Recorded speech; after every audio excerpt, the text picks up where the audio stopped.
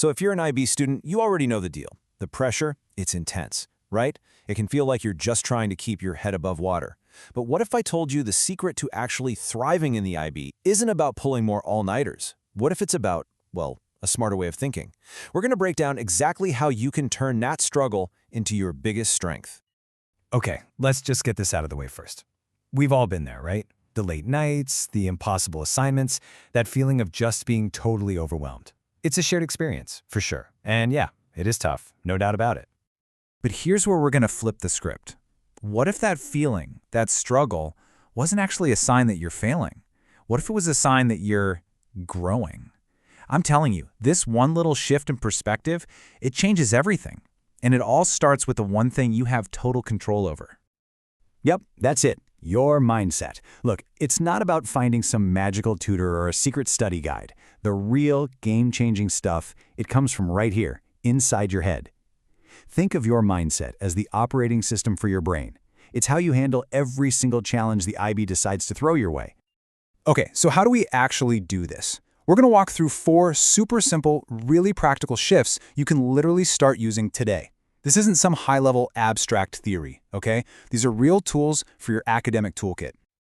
All right, let's dive into shift number 1. And honestly, this one might just be the most powerful of them all. And what's wild is that it all comes down to one tiny little 3-letter word. So check this out. On one side, you have, I'm bad at this, which just feels final. It's like a dead end. And there's actually a brain science reason for this. When you think that, your brain kind of hears a final judgment and can start to shut down the parts that help you learn. But when you just add that one little word, yet, I haven't mastered it yet, it totally changes the game. It tells your brain, hey, this isn't a closed door. It's just a problem we haven't solved yet. Okay, next up, let's talk about mistakes. We need to totally rewire how we think about getting stuff wrong. Because let's be real, in a program like the IB, it's going to happen. A lot. And I absolutely love this way of thinking about it. A mistake is not a judgment on how smart you are. It is not a personal failure. It's just data. That's it. A neutral piece of information that's trying to tell you something. So here's the key.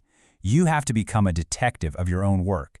Instead of just getting frustrated when you get a wrong answer on a math problem or find a weak spot in your essay, you got to ask this question. What does this wrong answer tell me about my process? Did I misunderstand the concept? Did I just rush through it? Did I grab the wrong formula? Suddenly, that mistake isn't a failure, it's your teacher. Okay, on to shift number 3. And listen, this one is huge, especially in a super competitive environment like the IB, where it is so easy to get caught looking over your shoulder at what everyone else is doing. This is so important. The only comparison that actually leads to real growth is comparing yourself to yourself. Seriously, measuring yourself against your classmates is just a recipe for anxiety. Why? Because you're comparing your behind-the-scenes struggles to their highlight reel. It's not a fair fight. But measuring yourself against the person you were yesterday, now that gives you real solid proof that you're making progress. And that's the kind of motivation that actually lasts. And you know, that leads us perfectly into our final shift. This one is all about building on that progress and, crucially, recognizing it, no matter how small it might seem. You know, we get it in our heads that progress has to be this giant, monumental leap, right? Like getting a perfect score on a final exam. But that's not how it works. Real, lasting success is built on a foundation of tiny little victories. I'm talking about stuff like finally finishing that TOK outline you've been dreading, or fixing that one math HL question you were stuck on, or even just writing one good paragraph for your EE. Those are the wins. Those are the ones that really matter.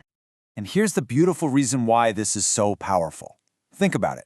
The student who waits for the perfect mood and a 4-hour block of free time to study, they get nothing done. But the student who just consistently makes a little bit of progress every single day, that progress compounds. It's like interest in a bank account. It builds on itself, creating this momentum that leads to huge results over time. So, let's put it all together. When you start using yet, when you treat your mistakes like data, when you only compare yourself to yesterday's you, and when you celebrate those little micro wins, you completely change your relationship with the IB.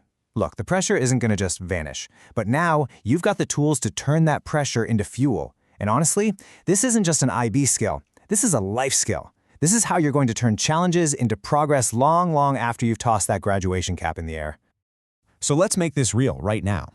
As you finish listening to this, I want you to ask yourself this one question. What's one micro win you're going to celebrate today? It can be anything, because that right there, that's where this whole journey from struggle to strength actually begins.